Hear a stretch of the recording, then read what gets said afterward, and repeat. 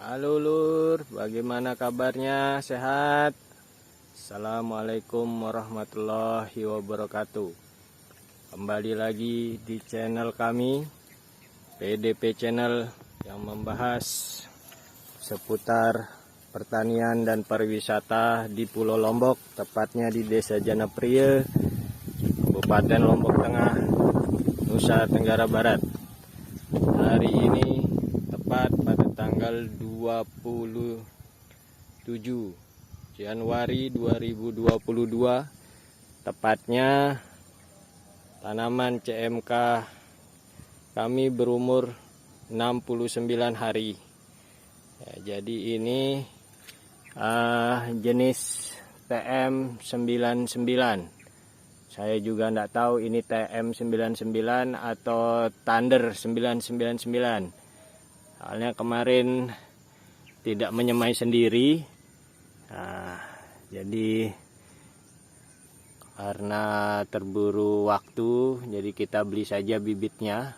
Cuman sebaiknya untuk kawan-kawan yang ingin menanam, lebih baik menyemai sendiri untuk mengetahui nutrisi apa saja yang kita berikan dari awal. Nah, jadi kalau kita beli bibit, jadi kita tidak tahu nutrisi apa yang diberikan pada saat penyemaian. Nah, jadi ini kemarin waktu saya beli dan pindah tanam itu banyak yang terkena bercak daun. Jadi kita pemulihan dulu di waktu kecil begitu. Nah, mungkin itu juga penyebabnya ada kerontokan di saat berbuah seperti ini. Tapi alhamdulillah tidak terlalu banyak kerontokannya. Untuk yang buah bawah dan tengah ini alhamdulillah jadi. Nah, yang rontok di buah atas ini mungkin karena faktor hujan dan faktor dari tumbuhan yang stagnan. Jadi tumbuhan ini berfokus untuk memerahkan buah dulu. Jadi bunga-bunga yang atas ini tidak ternutrisikan dengan maksimal. Ya, hari ini kondisi berawan mendung. Nah, jadi tadi malam itu hujan sampai jam 7 pagi itu masih hujan. Jadi untuk melakukan penyemprotan saya tunda, seharusnya jam 7 sudah kita melakukan penyemprotan. Cuman karena kondisi cuaca yang tidak memungkinkan, jadi saya tunda dulu untuk beberapa saat sambil melihat kondisi cuaca. Ya. Nah, hari ini kita akan melakukan penyemprotan untuk penanganan hama lalat buah.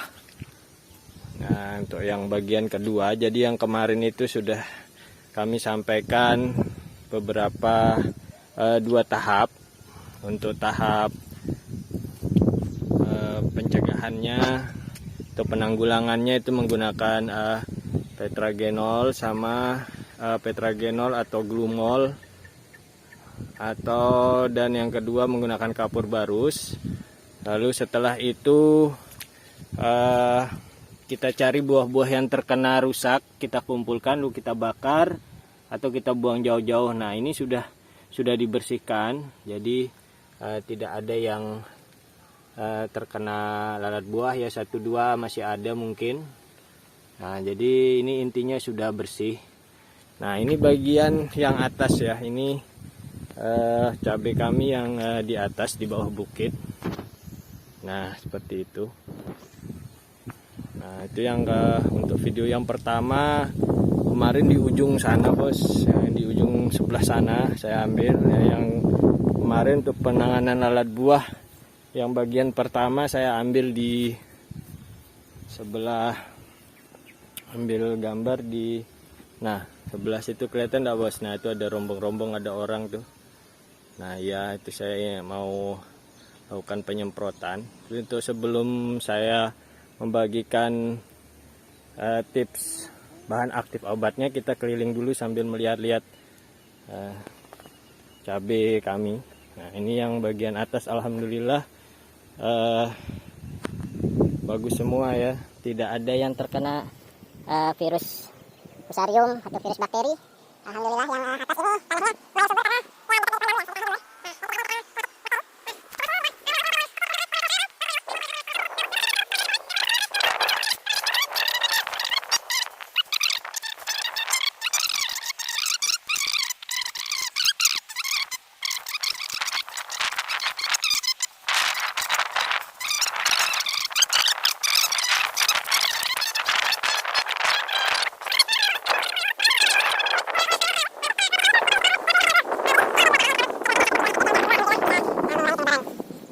Cara-caranya nanti kita akan bahas di video-video selanjutnya. Nah ini ya, jadi yang perlu kita siapkan pertama itu ya rombong dulu ini ya, rombong semprot. Nah ini bahan-bahannya ini bos. Nah ini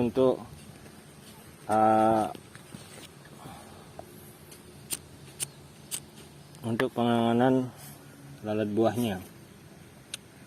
Nah jadi kemarin saya utarakan ada 3 kali penyemprotan untuk menangani lalat buah. Tuh.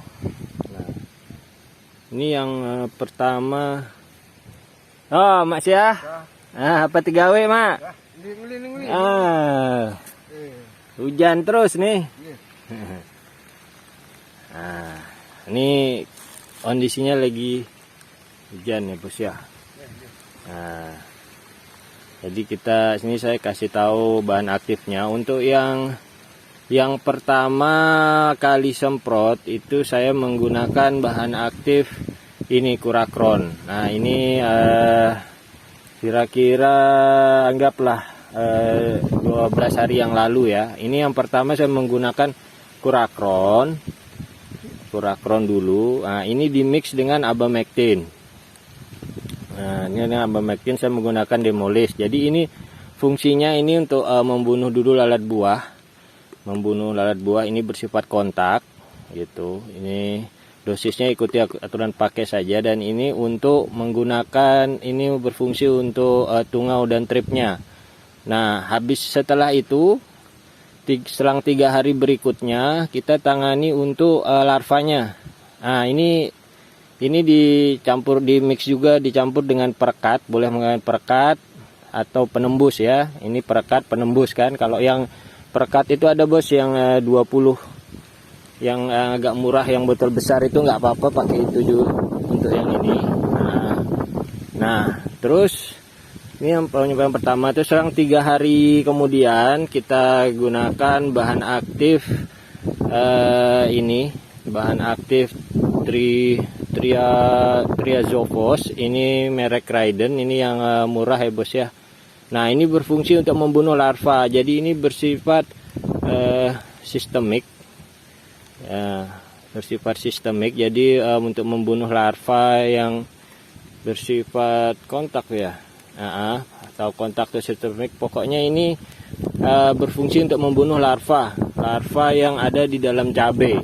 Jadi supaya memutus mata rantai penyebaran lalat buah.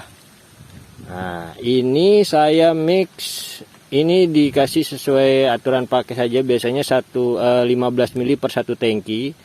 Terus saya mix dengan Danke ya. Danke ini untuk lalat buah juga. Ini luas ini. Ini bahan aktif metomil 40%. Ini sangat luas untuk ulat bisa, wereng bisa, tungau bisa. Nah, jadi saya mix. Cuman yang ini saya gunakan dosis yang agak tinggi ya. Untuk Danke-nya ini 3 gram per liter. Nah, ini ke tangki 15. Nah ini 2 bahan aktif ini saja untuk penyemprotan kedua, dan ditambah dengan penembus. Ini harus pakai yang perekat, perata, penembus. Jadi tidak bisa hanya pakai yang perekat saja. Perekat dan perata, yang seperti penyemprotan pertama itu misalnya mau pakai perekat perata itu bisa. Cuman kalau yang kedua ini harus perekat, perata, penembus. Ya yang ada tulisannya gini bos. Nah penembus gitu. Jadi ini dia nanti akan, soalnya si Raiden ini akan menembus ke dalam jaringan buah untuk membunuh larva. Nah, jadi kalau tidak pakai penembus itu percuma, jadi tidak efektif. Nah, ditambah dengan hidrogen peroksida, ini yang 50% untuk penyemprotan kedua ya. Ini yang saya pakai 50%, tapi saya netralisir dulu menjadi 3%. Jadi caranya begini untuk menetralisirnya. Ini kan kita beli yang 50% ya, 50%. Kita tuangkan ke wadah yang botol 5 liter, cari yang botol 5 liter seperti ini. Seperti ini, Bos. Ini yang 5 literan. Nah, ya.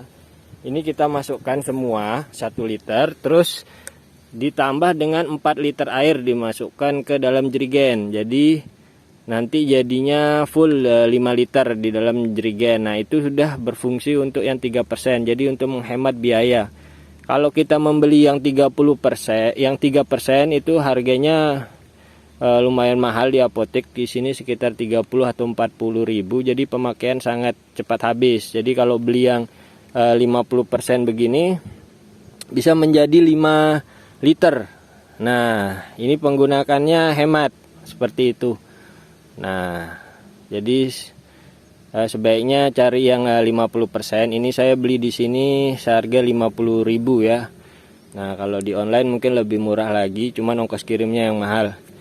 Jadi ini di mix dengan ini tadi Raiden 15 ml per liter dan K 3 gram per liter. 3 gram per liter. Seperti ini sesuai angguran pakai, ini 3 gram per liter.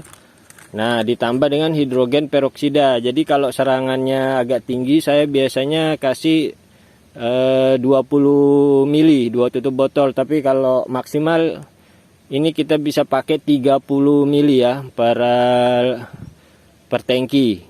Nah, jadi kalau minimalnya 10 mili per tangki. Nah, jadi seperti itu. Tambah dengan ini. Nah, ini untuk penyemprotan yang kedua. Nah, untuk penyemprotan yang ketiga, nah sekarang kan setelah ini selang 3 hari, ini semprot 1, selang 3 hari semprot ini. Nah, sehabis itu jarak penyemprotannya 6 hari atau 7 hari. Nah, yang 7 hari yang sekarang ini yang saya lakukan, ini saya mix Raiden ditambah dengan ini saya menggunakan batik ya. Batik ini bahan aktifnya Abamectin 36 sama chlorphenifos 500. Jadi ini berfungsi untuk membunuh tungau seperti itu, sama chlorphenifos ini untuk ulat juga bisa. Nah, jadi untuk yang saat-saat sudah dewasa seperti ini, hampir berbuah, hampir panen, kita usahakan cari yang bahan aktifnya double ya. Jadi tidak perlu ada mix-mix seperti itu. Nah, jadi ini murah juga, ini hanya 35.000 saya beli di online. Nah, ini saya mix dengan tetap perekat. Nah, sama hidrogen peroksida. Nah, seperti itu. Jadi itu saja yang bisa saya sampaikan. Ini karena kondisi hujan. Nah, seperti itu. Nah, tapi ada juga untuk supaya lebih mantap begitu. Biasanya saya menggunakan ini untuk mengukur pH, alat ukurnya. Saya menggunakan alat pH down. Jadi setelah kita mix ini, kita ukur dulu berapa kapasitas air di air kita, pH-nya. Di sini biasanya ada 7 ya, 7 pH. Jadi saya biasanya ini saya campur dulu, terus saya masukkan. Ini kalau nggak hujan saya praktikkan ini. Nah, saya masukkan ke sini, terus pH-nya kita ukur, Bos. pH-nya kita ukur. Usahakan ini saya menggunakan pH down karena air di sini pH-nya tinggi ya. Nah, jadi kita campurkan di sini, usahakan pH-nya 4,5 sampai 5 ya, maksimal 5 lah, 5 lebih dikit. Itu untuk mempertahankan ketahanan larutan. Nah, jadi kalau pH-nya 4,5 sampai 5 itu ketahanan larutan bisa sampai 48 jam. Nah, seringkali kita menyemprot tidak memperhatikan pH, jadi pH yang tidak sesuai, pH tinggi misalnya itu hanya bertahan 2 jam, jadi buang-buang obat saja karena tidak menempel pada tanaman dalam jangka waktu yang lama.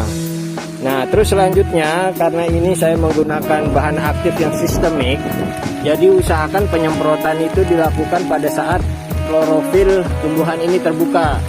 Jadi antara jam 7 ini juga sistemiknya ada sama kontaknya ada. Jadi klorofil itu terbuka dari jam 7 pagi sampai jam 10 sama jam 4 sampai jam 6 sore ya. Nah, jadi usahakan pada saat klorofilnya tumbuhan ini terbuka. Nah, jadi nanti nyemprotnya itu dari bawah dulu. Ini klorofilnya banyak di bawah daun ya. Nah, usahakan yang bawah dulu agak banyak baru ke atas. Begitu. Jadi dia akan nanti cepat menyerap bahan aktif yang ada di pengobatan di obat tersebut. Jadi kalau kita semprot dalam klorofilnya tertutup, itu sangat sulit masuk seperti itu. Nah, mungkin itu saja tips dari saya karena ini kondisi hujan jadi tidak bisa untuk melakukan penyemprotan. Saya tunda nanti sore. Kalau misalnya hujan tetap hujan ya mau tidak mau kita tunggu esok harinya. Demikian dulu informasi dari saya, semoga bermanfaat. Assalamualaikum warahmatullahi wabarakatuh. Tetap semangat.